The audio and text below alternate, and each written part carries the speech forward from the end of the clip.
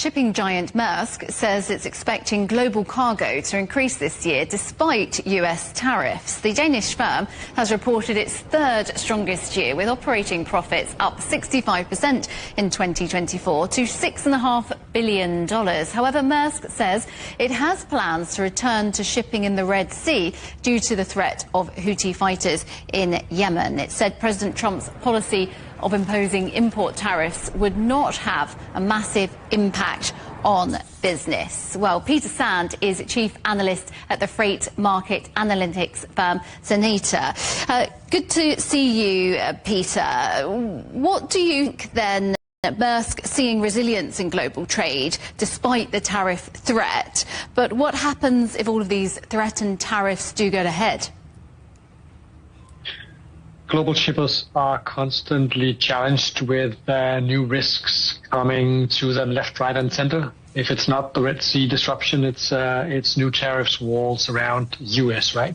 So one thing that shippers are looking for is retaining their options and ensuring that they can still provide the goods to their consumers in the end in the way that they used to. And well, they can't do it as usual, so they need to find other ways, and that's basically bringing a strain on everyone working in global shipping supply chains. Okay, yeah, supply chains is what I was going to come on to next. So they're always looking, you say, for other ways to find this stability. What about the increasing costs on Chinese imports? Could we see some effect on those supply chains? If history is anything to go by, in the first trade war, we definitely saw American investments being made in Vietnam and some other places in Southeast Asia also. And a lot of goods also being transported directly out of China into the likes of Canada and Mexico, and then finding its way to the end consumers in US. So if shippers will draw on that experience, and we expect they will do so to a larger extent this time around, going to what they hope is a safe haven in the wider Southeast Asian region, maybe also to India to source their products in order to basically avoid the tariff hikes on Chinese goods. Okay, so perhaps going to India. Maersk reported mentioning some sort of cost cutting that they might need to bring in. So what could this mean for global shipping firms?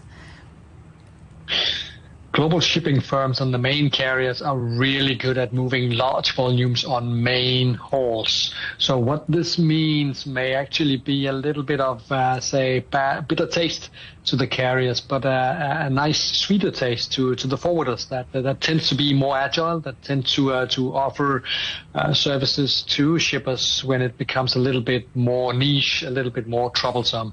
So someone may benefit, someone may get more challenge, but for sure, a lot of investments needs to be done in order to find ways around tariff walls. Yeah, and in general then, on a global front, how concerning do you think shipping companies are concerned about Donald Trump's tariffs? I think they're rightly very concerned, but it's not the only risk coming about these years, right? If we only dial back a few years, we have learned the effect of Russia's invasion into Ukraine. We have learned the effect of Houthi rebels closing the Red Sea. And we have seen in the first tenure of Trump in the White House how shippers and shipping lines could react to a trade war. So it's, well, another day, another risk to manage. And I'm pretty sure they got plenty of contingency plans, everyone out there. But it's not getting easier by the day, and it's not getting less expensive. So you need to be able to benchmark your performance in the market, right? Ensure that you work with the right suppliers and you pay the right money for that service. Okay, as you say, another day, another risk to manage. Thank you very much, Peter Sand, Chief Analyst at the freight market analytics firm Xeneta. Thank you.